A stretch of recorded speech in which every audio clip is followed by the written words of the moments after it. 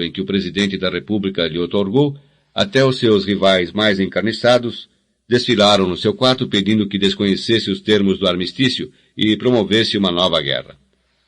A casa se encheu de presentes de solidariedade. Tardiamente impressionado com o apoio maciço dos seus antigos companheiros de armas, o coronel Aureliano Buendia não descartou a possibilidade de satisfazê-los. Pelo contrário, em dado momento pareceu tão entusiasmado com a ideia de uma nova guerra que o coronel Gerinedo Marques pensou que ele só estava esperando um pretexto para proclamá-la. O pretexto se ofereceu efetivamente quando o presidente da República se negou a conceder as pensões de guerra aos antigos combatentes, liberais ou conservadores, enquanto cada processo não fosse revisto por uma comissão especial e a lei das concessões aprovada pelo Congresso. Isto é uma confusão, trovejou o coronel Aureliano Buendia. Vão morrer de velhice esperando o correio. Abandonou pela primeira vez a cadeira de balanço que Úrsula comprara para sua convalescência e, andando de um lado para o outro na alcova, ditou uma mensagem taxativa para o presidente da República. Nesse telegrama, que nunca foi publicado, denunciava a primeira violação do Tratado de Neerlândia e ameaçava proclamar a guerra de morte se a concessão das pensões não fosse resolvida ao fim de 15 dias. Era tão justa a sua atitude que permitia contar inclusive com a adesão dos antigos combatentes conservadores. Mas a única resposta do governo foi o reforço da guarda militar que colocara na porta da sua casa com o pretexto de protegê-la e a proibição de toda e qualquer espécie de visitas. Medidas similares foram adotadas em todo o país com outros caudilhos de cuidado. Foi uma operação tão oportuna, drástica e eficaz que 2 meses depois do armistício, quando o coronel Aureliano Buendia teve alta, os seus instigadores mais decididos já estavam mortos ou expatriados, ou haviam sido assimilados para sempre pela administração pública. O coronel Aureliano Buendia abandonou o quarto em dezembro, e bastou dar uma olhada na varanda para não voltar a pensar na guerra. Com uma vitalidade que parecia impossível na sua idade, Úrsula voltou a rejuvenescer a casa. Agora vão ver quem sou eu, disse quando soube que o filho viveria. Não haverá uma casa melhor nem mais aberta a todo mundo que esta casa de loucos. Mandou-a lavar e pintar, trocou os móveis, restaurou o jardim e semeou flores novas, e abriu portas e janelas para que entrasse até os quartos a deslumbrante claridade do verão. Decretou o fim dos numerosos lutos superpostos e ela mesma mudou os velhos trajes rigorosos por roupas juvenis. A música da pianola voltou a alegrar a casa. Ao ouvi-la, Amaranta se lembrou de Pietro Crespi, da sua gardênia crepuscular e do seu cheiro de lavanda, e no fundo do seu murcho coração floresceu um rancor limpo purificado pelo tempo. Uma tarde em que tentava pôr em ordem a sala, Úrsula pediu ajuda aos soldados que custodiavam a casa. O jovem comandante da guarda concedeu-lhes a permissão. Pouco a pouco, Úrsula lhes foi designando novas tarefas. Convidava-os para almoçar, presenteava-lhes roupas e calçados e os ensinava a ler e a escrever. Quando o governo suspendeu a vigilância, um deles ficou morando na casa e esteve a seu serviço por muitos anos. No dia de Ano Novo, enlouquecido pelas grosserias de Remédios Abela, o jovem comandante da guarda amanheceu morto de amor junto à sua janela. CD 10. Anos depois, em seu leito de agonia, Aureliano II haveria de se lembrar da chuvosa tarde de junho em que entrou no quarto para conhecer o seu primeiro filho. Embora fosse lânguido e chorão, sem nenhum traço dos Buendia, não precisou pensar 2 vezes para lhe dar o nome. Vai se chamar José Arcádio, disse. Fernanda del Carpio, a formosa mulher com quem se casara no ano anterior, concordou. Úrsula, pelo contrário, não pôde esconder um vago sentimento de derrota. Na longa história da família, a tenaz repetição dos nomes permitira que ela tirasse conclusões que lhe pareciam definitivas. Enquanto os Aurelianos eram retraídos, mas de mentalidade lúcida, os Josés Arcádios eram impulsivos e empreendedores, mas estavam marcados por um signo trágico. Os únicos casos de classificação impossível eram os de José Arcádio II e Aureliano II. Foram tão parecidos e travessos durante a infância que nem a própria Santa Sofia de la Piedad os podia distinguir. No dia do batizado, Amaranta colocou neles as pulseiras com os respectivos nomes e vestiu-os com roupas de cores diferentes, marcadas com as iniciais de cada um. Mas quando começaram a ir à escola, optaram por trocar a roupa e as pulseiras e a se chamarem eles mesmos com os nomes ao contrário. O mestre Melchor Escalona, acostumado a conhecer José Arcádio II pela camisa verde, perdeu as estribeiras quando descobriu que este trazia a pulseira de Aureliano II, e que o outro dizia que se chamava, entretanto, Aureliano II, apesar de vestir a camisa branca e trazer a pulseira marcada com o nome de José Arcádio II. A partir daí, não se sabia mais com certeza quem era quem. Mesmo quando cresceram e a vida os tornou diferentes, Úrsula continuava a se perguntar se eles mesmos não teriam cometido um erro em algum momento do seu intrincado jogo de equívocos e não teriam ficado trocados para sempre. Até o princípio da adolescência, foram 2 mecanismos sincrônicos. Acordavam ao mesmo tempo, tinham vontade de ir ao banheiro na mesma hora, sofriam as mesmas alterações de saúde e até sonhavam as mesmas coisas. Em casa, onde se acreditava que coordenavam seus atos pelo mero desejo de confundir, ninguém percebeu a realidade, até que um dia Santa Sofia de la Piedad deu a um deles um copo de limonada, e este demorou mais para prová-lo do que o outro para dizer que estava faltando açúcar. Santa Sofia de la Piedad, que realmente se esquecera de pôr açúcar na limonada, contou o fato a Úrsula. Todos são assim, disse ela sem surpresa. Loucos de nascença. O tempo acabou de desarrumar as coisas. O que nos jogos de equívoco ficou com o nome de Aureliano II tornou-se monumental como o avô, e o que ficou com o nome de José Arcádio II tornou-se ósseo como o coronel, e a única coisa que conservavam de comum foi o ar solitário da família. Talvez tenha sido esse entrecruzamento de estaturas, nomes e temperamentos o que fez Úrsula pensar que estavam embaralhados desde a infância. A diferença decisiva se revelou em plena guerra, quando José Arcádio II pediu ao coronel Gerineldo Marques que o levasse para ver os fuzilamentos. Contra o parecer de Úrsula, os seus desejos foram satisfeitos. Aureliano II, pelo contrário, estremeceu diante da pura ideia de presenciar uma execução. Preferia ficar em casa. Aos 12 anos, perguntou a Úrsula o que havia no quarto trancado. Papéis, ela respondeu. São os livros de Melquíades e as coisas esquisitas que ele escrevia nos seus últimos anos. A resposta, em vez de o tranquilizar, aumentou a sua curiosidade. Insistiu tanto, prometeu com tanto empenho não estragar as coisas, que Úrsula lhe deu as chaves. Ninguém tornara a entrar no quarto desde que levaram o cadáver de Melquíades e puseram na porta o cadeado cujas peças se soldaram com a ferrugem. Mas quando Aureliano II abriu as janelas, entrou uma luz familiar que parecia acostumada a iluminar o quarto todos os dias, e não havia nele a menor sombra de poeira ou teia de aranha, e sim estava tudo varrido e limpo, mais bem varrido e mais limpo do que no dia do enterro. E a tinta não secara no tinteiro, nem o óxido alterara o brilho dos metais, nem se extinguira a brasa do alambique onde José Arcádio Buendia vaporizara o mercúrio. Nas prateleiras estavam os livros encadernados de uma matéria acartonada e pálida como a pele humana curtida, e estavam os manuscritos intactos. Apesar de fechado por muitos anos, o ar parecia mais puro do que no resto da casa. Tudo era tão recente que, várias semanas depois, quando Úrsula entrou no quarto com um balde de água e uma vassoura para lavar o chão, não teve nada para fazer. Aureliano II estava absorto na leitura de um livro. Embora estivesse sem capa e o título não aparecesse em lugar nenhum, o menino se divertia com a história de uma mulher que se sentava na mesa e só comia grãos de arroz que apanhava com alfinetes, e com a história do pescador que pediu emprestado ao vizinho um peso para sua rede, e o peixe com que o recompensou mais tarde tinha um diamante no estômago, e com a lâmpada que satisfazia os desejos e os tapetes que voavam. Assombrado, perguntou a Úrsula se aquilo tudo era verdade. E ela respondeu que sim, que muitos anos antes os ciganos traziam a Macondo as lâmpadas maravilhosas e os tapetes voadores.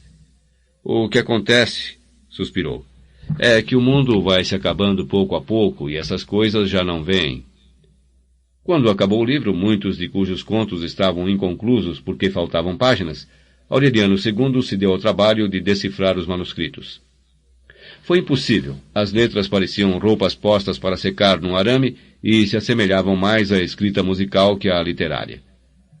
Um meio-dia ardente, enquanto prescrutava os manuscritos, sentiu que não estava sozinho no quarto. Contra a reverberação da janela, sentado com as mãos nos joelhos, estava Melquíades. Não tinha mais de 40 anos.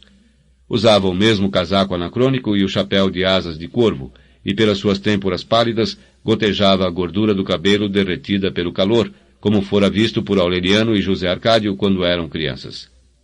Aureliano II reconheceu-o imediatamente, porque aquela lembrança hereditária se havia transmitido de geração em geração, e tinha chegado a ele partindo da memória do seu avô. Salve, disse Aureliano II. Salve, jovem, disse Melquíades. A partir de então, durante vários anos, viram-se quase todas as tardes. Melquíades lhe falava do mundo, tentava infundir-lhe a sua velha sabedoria, mas se negou a traduzir os manuscritos. Ninguém deve conhecer a sua mensagem enquanto não se passarem 100 anos, explicou. Aureliano II guardou para sempre o segredo daquelas entrevistas. Certa ocasião, sentiu que o seu mundo privado se desmoronava, porque Úrsula entrou no momento em que Melquíades estava no quarto, mas ela não ouviu.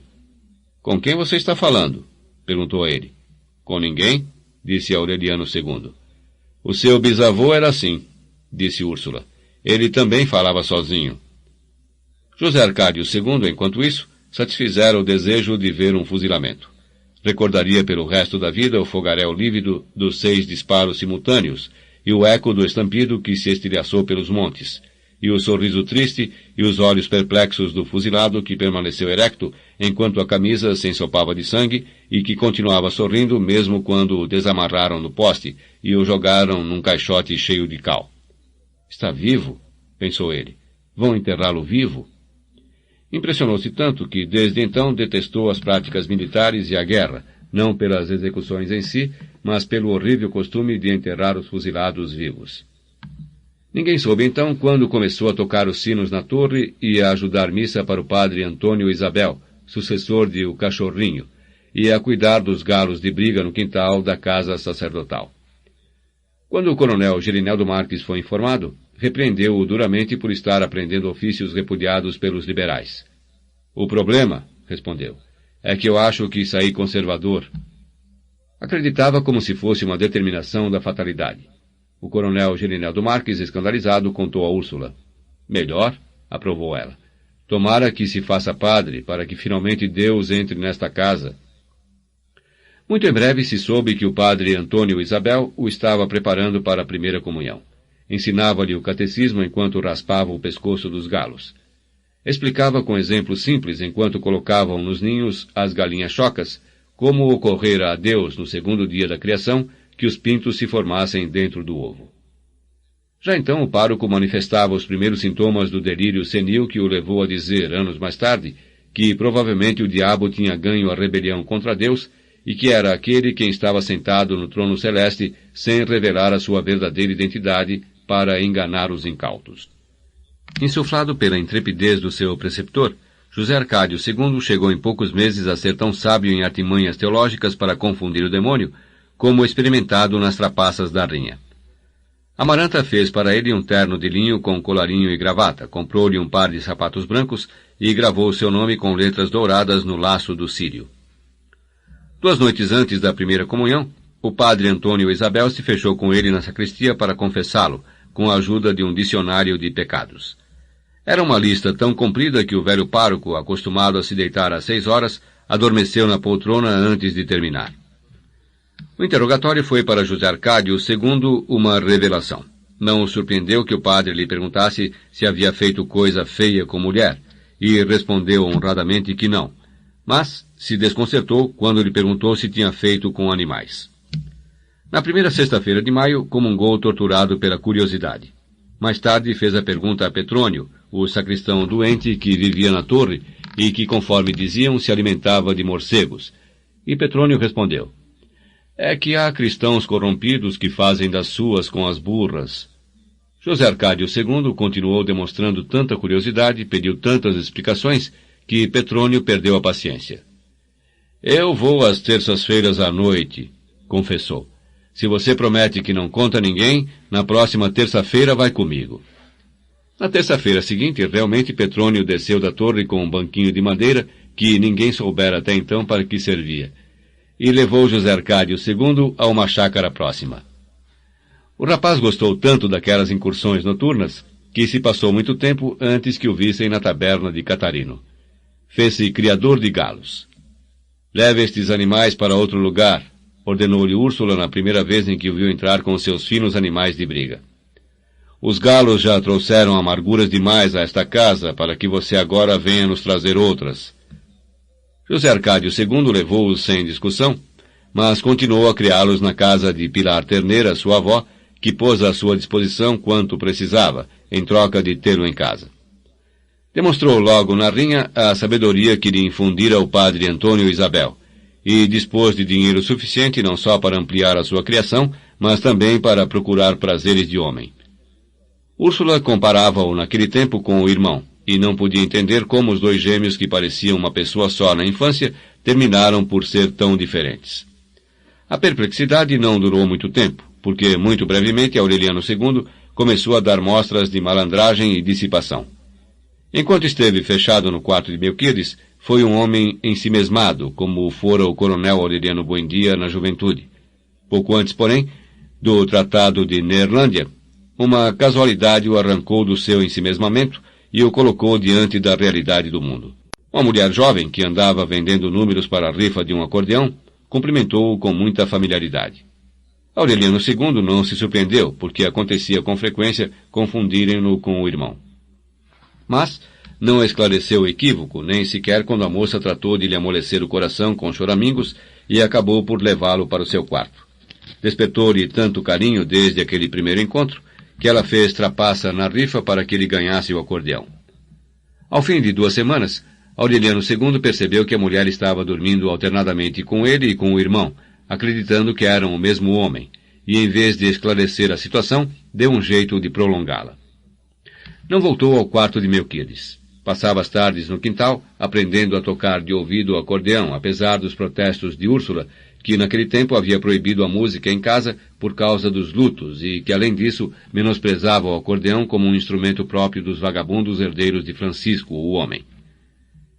Entretanto, Aureliano II chegou a ser um virtuoso do acordeão, e continuou sendo depois que se casou e teve filhos, e passou a ser um dos homens mais respeitados de Macondo.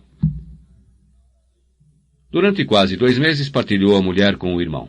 Vigiava-o, desmanchava os seus planos, e quando estava certo de que José Arcádio II não visitaria essa noite a amante comum, ia dormir com ela. Certa manhã descobriu que estava doente. 2 dias depois, encontrou o irmão apoiado numa viga do banheiro, alagado de suor e chorando de cair lágrimas, e então compreendeu. Seu irmão confessou que a amante o repudiara por lhe haver trazido o que ela chamava de uma doença de mulher da vida. Contou-lhe também como Pilar Terneira tentava curá-lo. Aureliano II submeteu-se às escondidas às ardentes lavagens de permanganato e às águas diuréticas, e ambos se curaram separadamente após 3 meses de sofrimentos secretos. José Arcádio II não voltou a ver a mulher. Aureliano II obteve o seu perdão e ficou com ela até a morte. Chamava-se Petra Cotes. Chegara a Macondo em plena guerra, com um marido ocasional que vivia de rifas, e quando o homem morreu, ela continuou com o negócio. Era uma mulata limpa e jovem, com os olhos amarelos e amendoados que lhe davam ao rosto a ferocidade de uma pantera, mas tinha um coração generoso e uma magnífica vocação para o amor. Quando Úrsula soube que José Arcádio II era criador de galos e Aureliano II tocava acordeão nas festas ruidosas da sua concubina, pensou que ia enlouquecer de confusão. Era como se ambos tivessem concentrado os defeitos da família e nenhuma das suas virtudes. Decidiu então que ninguém mais tornaria a se chamar Aureliano e José Arcádio. Entretanto, quando Aureliano II teve o seu primeiro filho, não se atreveu a contrariá-lo. Concordo, disse Úrsula, mas com uma condição. Eu me encarrego de criá-lo.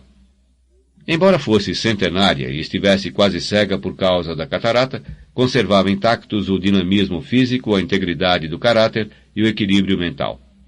Ninguém melhor do que ela para formar o homem virtuoso que haveria de restaurar o prestígio da família, um homem que nunca tivesse ouvido falar da guerra, dos galos de briga, das mulheres da vida e das empresas delirantes, 4 calamidades que, conforme pensava Úrsula, tinham determinado a decadência da sua estirpe. Este será padre, prometeu solenemente. E se Deus me der vida bastante, há de chegar a ser papa. Todos riram ao ouvi-la, não apenas no quarto, mas em toda a casa, onde estavam reunidos os barulhentos companheiros de Aureliano II.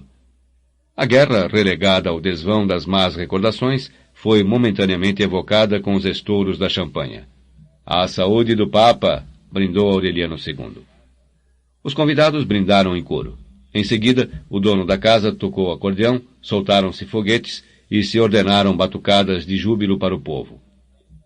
De madrugada, os convidados encharcados de champanha sacrificaram 6 vacas e as puseram na rua à disposição da multidão.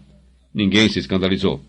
Desde que Aureliano II passou a ser o chefe da casa, aquelas festividades eram coisa corrente, mesmo que não existisse um motivo tão justo como o nascimento de um papa. Em poucos anos, sem esforço por puros golpes de sorte, acumularam uma das maiores fortunas do Pantanal, graças à proliferação sobrenatural dos seus animais. As suas éguas pariam trigêmeos, as galinhas brotavam 2 vezes por dia, e os porcos engordavam de forma tão desenfreada que ninguém podia explicar uma fecundidade tão desordenada, a não ser por artes de magia. Economiza agora, dizia Úrsula ao seu bisneto aturdido. Esta sorte não vai durar toda a vida. Mas Aureliano II não lhe prestava atenção.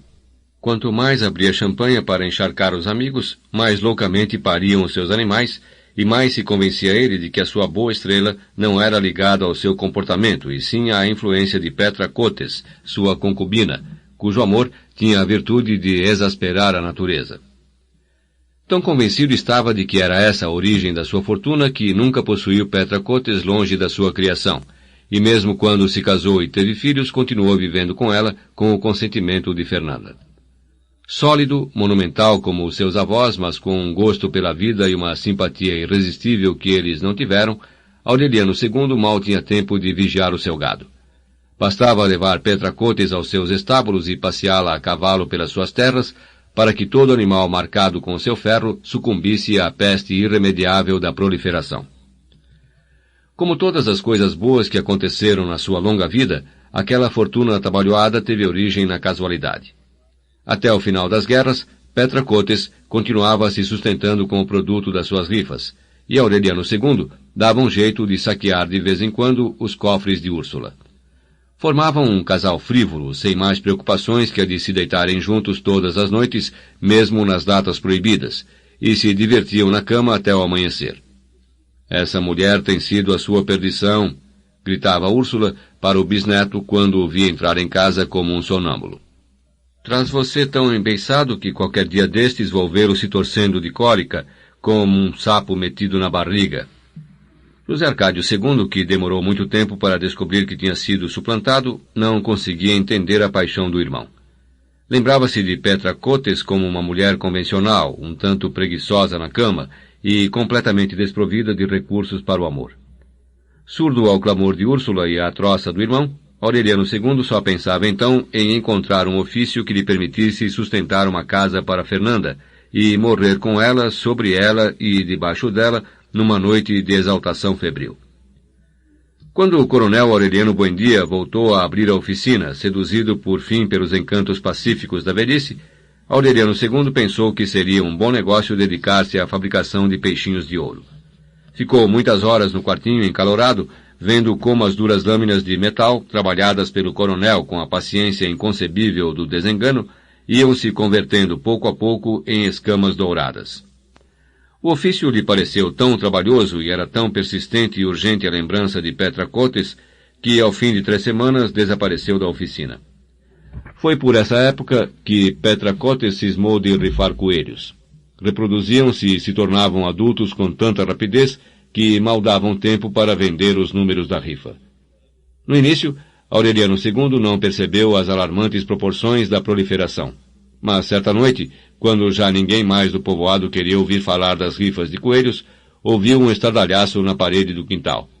Não se assuste, disse Petra Cotes. São os coelhos.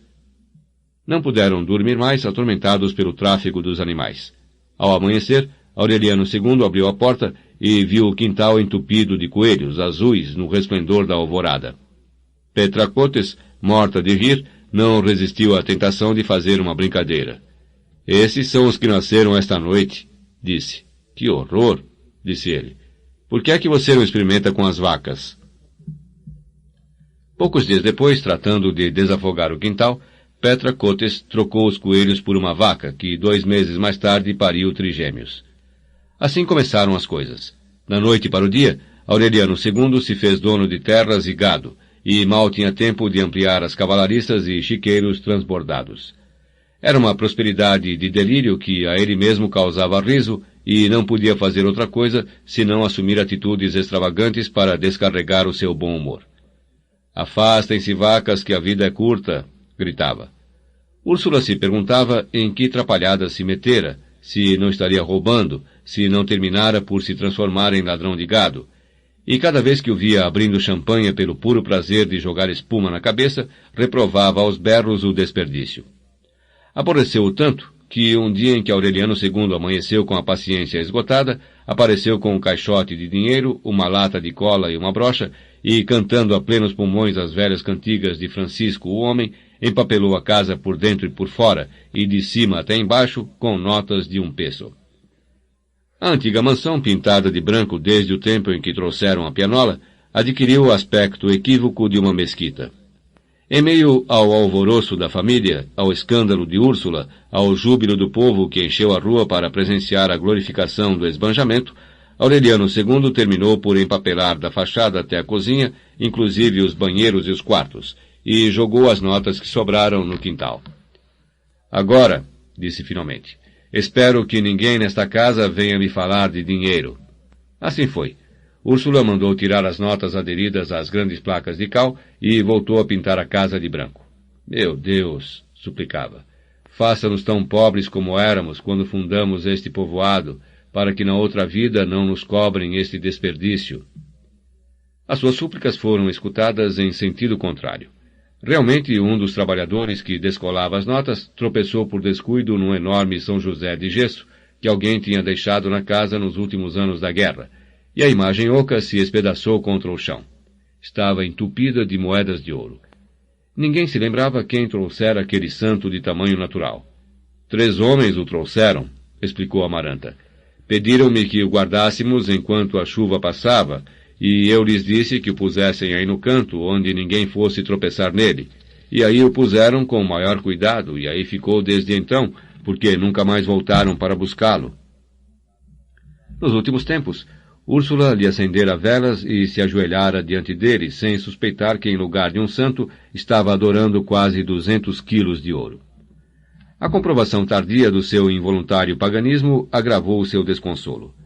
Cuspiu no espetacular montão de moedas, meteu-o em 3 sacos de lona e o enterrou num lugar secreto, na espera de que mais cedo ou mais tarde os 3 desconhecidos viessem reclamá-las. Muito depois, nos anos difíceis da sua decrepitude, Úrsula costumava intervir nas conversas dos numerosos viajantes que então passavam pela casa e lhes perguntava se durante a guerra não tinham deixado ali um São José de gesso para que o guardassem enquanto passava a chuva. Estas coisas que tanto consternavam Úrsula eram comuns naquele tempo. Macondo naufragava numa prosperidade de milagre. As casas de sopapo e pau a pique dos fundadores tinham sido substituídas por construções de tijolo, com persianas de madeira e chão de cimento, que tornavam mais suportável o calor sufocante das 2 da tarde. Da antiga aldeia de José Arcádio Buendia só restavam agora as amendoeiras empoeiradas destinadas a resistir às circunstâncias mais árduas, e o rio de águas diáfanas, cujas pedras pré-históricas foram pulverizadas pelas enlouquecidas picaretadas de José Arcádio II, quando se empenhou em preparar o leito para instituir um serviço de navegação. Foi um sonho delirante, comparável apenas aos do seu bisavô, porque o leito pedregoso e os numerosos obstáculos da correnteza impediam o trânsito de Macondo até o mar. Mas José Arcádio II, num imprevisto impulso de temeridade, obstinou-se no projeto. Até então, não dera nenhuma amostra de imaginação. Salvo a sua precária aventura com Petra Cotes, nunca se soube de nenhum caso seu com mulher. Úrsula o tinha em conta como o exemplar mais apagado que a família produzira em toda a sua história, incapaz de se destacar sequer como animador de rinhas, quando o coronel Aureliano Buendia lhe contou a história do galeão espanhol encalhado a 12 quilômetros do mar, cuja carcaça carbonizada ele mesmo vira durante a guerra. O relato que, para tanta gente durante tanto tempo parecera fantástico, foi uma revelação para José Arcádio II. José Arcádio II acabou com os galos em favor do melhor arrematante, Recrutou homens e comprou ferramentas e se empenhou na descomunal empresa de quebrar pedras, escavar canais, limpar de esgoto